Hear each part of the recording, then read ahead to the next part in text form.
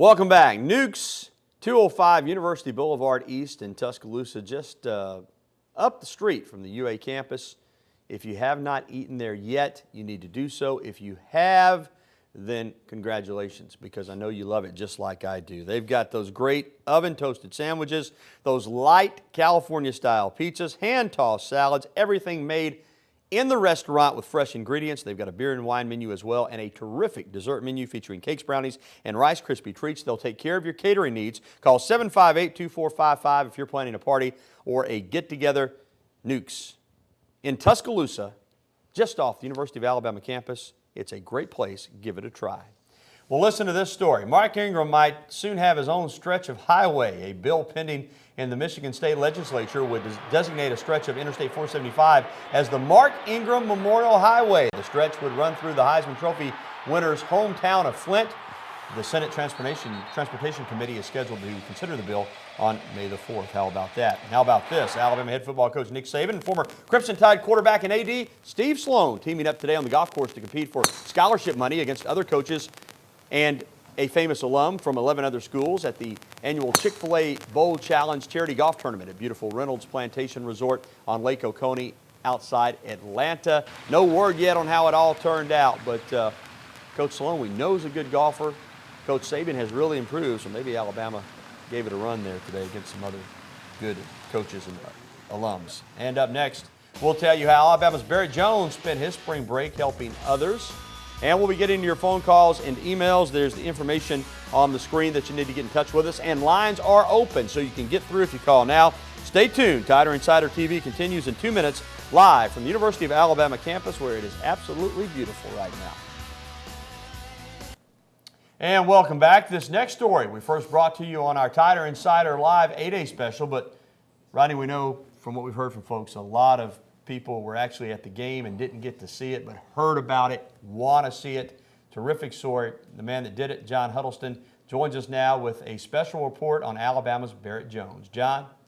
Gary, thanks very much. When the nation of Haiti was struck by an earthquake back in January, the death toll reached the hundreds of thousands. Those who survived the quake were left with the daunting task of rebuilding the country from the mere debris that littered the streets. The pictures of the disaster tugged at all of our hearts, but for Alabama offensive lineman Barrett Jones, the images did more than that. For Jones, they were a call to action.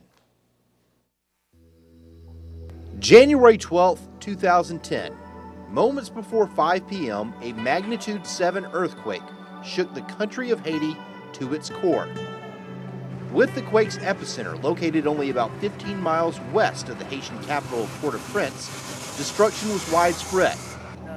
Buildings standing several stories tall were reduced to mere rubble. We need more people down here! An estimated 230,000 people were killed, another 300,000 injured, and nearly 1 million people were left homeless. Meanwhile, back in Alabama, Tide offensive lineman Barrett Jones had just returned from California after helping the Tide win the program's 13th national championship. But that joy soon diminished as the images from Haiti began to pour in. I just saw everything on the news and saw some of the reports, and it really felt kind of a tug at my heart, just that I needed to somehow go there and get involved. Jones soon arranged a trip with a mission group from his hometown of Memphis, Tennessee. Because classes were already back in session, that meant the Tide sophomore would have to give up his spring break. I feel like, when you're giving your time to others, I think that's when you're truly going to find, happiness. March 13th, Jones and his mission group embarked on the week-long venture. Because of the damage, the Port-au-Prince airport was closed. That meant the group had to fly into the neighboring Dominican Republic and then drive for 10 hours. The first 3 were by taxi, the final 7 were on the back of a truck. Once they reached their final destination, the city of Pinyon, reality set in. Made me really grateful for what I had. That's a cliche saying. We always say, be grateful for what you have, but really when you see people over there that don't have the basic needs and amenities that, such as water, shelter, clothing, things that we just completely take for granted in America. I know you said in an interview before you left that you thought you would see destruction, you thought you would see people that lost everything. But then when you came back, you talked to the press again, and this time you said that you were even more shocked when you saw it in person. because it was real. I guess when it really becomes real to you is when you talk to some of the people first, that firsthand experience this. And you talk to them and you hear their stories and what they witnessed with their own eyes and went through. It really is, it's unbelievable. Really there's no picture or video that can really do it justice. And what you can't really see is the people on TV, and their expressions, and you can't really see just the hurt that they've gone through and just how much suffering they've endured. Jones's group participated in various relief projects like building showers and laying pipes, all part of an effort to bring basic necessities to the city's residents. Most of those residents are children.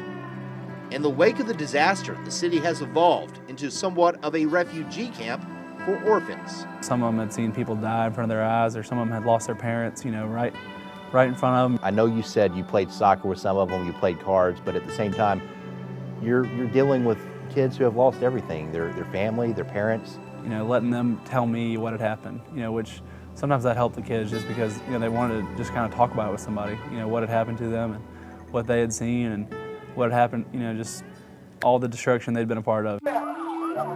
But through all the destruction, through all the death that these children have encountered, Jones said he found one positive theme. A lot of them still have a great amount of hope in the midst of this despair, and which is extremely encouraging. And Barrett, how did this change you as a person? I guess it makes me feel that I can get through any of my trivial problems if these people can get through losing everything. And Barrett told me that he would like to actually go back to Haiti to continue the relief efforts. He encourages anyone who is thinking about lending aid to schedule a trip because it's one that you will not soon forget. Gary Roddy, back to you. Thank you, John. Well, right now, the phone lines are open. If you want to talk with us, we're going to take some phone calls, 205-348-9882. If you've got a recruiting question for Rodney or anything else that's on your mind, give us a ring. And Jack from Northport has already done that. Jack is first up tonight. How are you? Jack, you there? Jack, you hanging on? All right, Jack, you're cutting out on us, but we got your question. What's the possibility of Phillip Sims being redshirted? Of course, Phillip, the freshman quarterback out of Virginia, Rodney, that's already enrolled, finished high school early, went through spring, and you think he's a redshirt candidate? Oh, well, certainly he's a redshirt candidate. And anytime you're a true freshman coming in, their chances are much greater that you redshirt than you don't. But again, we'll kind of have to see how it plays out. He's certainly, in the mix with A.J. McCarron for the backup job. Star Jackson as well. Certainly don't want to leave him out. But there's a good chance that I would think that Phillip could get redshirted this coming year. We watched the 8A game. Didn't have great numbers, but some of that had to do with the fact that he throws such a crisp ball. Receivers, some of them dropped balls that were right in their hands and said afterward he throws it really, really tight spiral. Well, and Gary, in some of those instances, he had not worked with that group of receivers. And not only that, you look the week before in the scrimmage, he was 15 of 1,939 yards, had a touchdown. So he certainly has a tremendous amount of potential, no question about that. All right, Jack, thanks for the call. We're sorry you were breaking up on us there a little bit. We got to take a timeout, but again, phone lines are open, 205-348-9882. 348-9882. We'll take more phone calls and get to some emails. Stay with us. You're watching Tiger Insider TV.